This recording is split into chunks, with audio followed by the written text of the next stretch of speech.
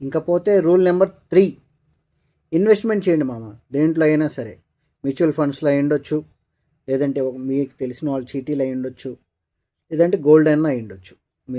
మీరు సంపాదించే సంపాదనలో నెలకి ఒక 500, తక్కువలో తక్కువ వేసుకుని ఒక 500 అన్నా, లేదంటే ఒక 1000 రూపాయలైనా మీరు ఇన్వెస్ట్మెంట్ చేస్తే కొన్ని సంవత్సరాల తర్వాత అవి మీకు ఉపయోగపడతాయి మామ. ఏ రకంగా కూడా నువ్వు అప్పుల్లో నుంచి బయటపడవచ్చు.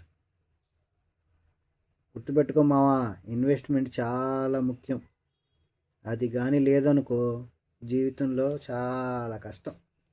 అది ఆలోచించుకొని మంచి ఎస్ఐపి ఒకటి తీసుకొని దాంట్లో ఇన్వెస్ట్మెంట్ చేసి చక్కగా ప్రతి నెల కట్టుకుంటూ వెళ్తే మామ, ఒకరోజు నీ లైఫ్ వస్తుంది మామ.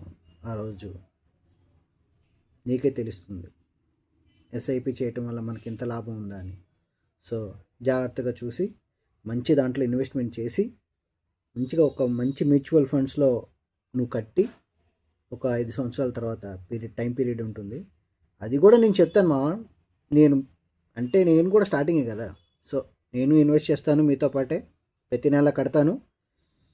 మీతో పాటు కూడా నాతో పాటు మీరు కూడా కట్టాలని కోరుకుంటున్నాను. థ్యాంక్ యూ సో మచ్ మామ. బాయ్.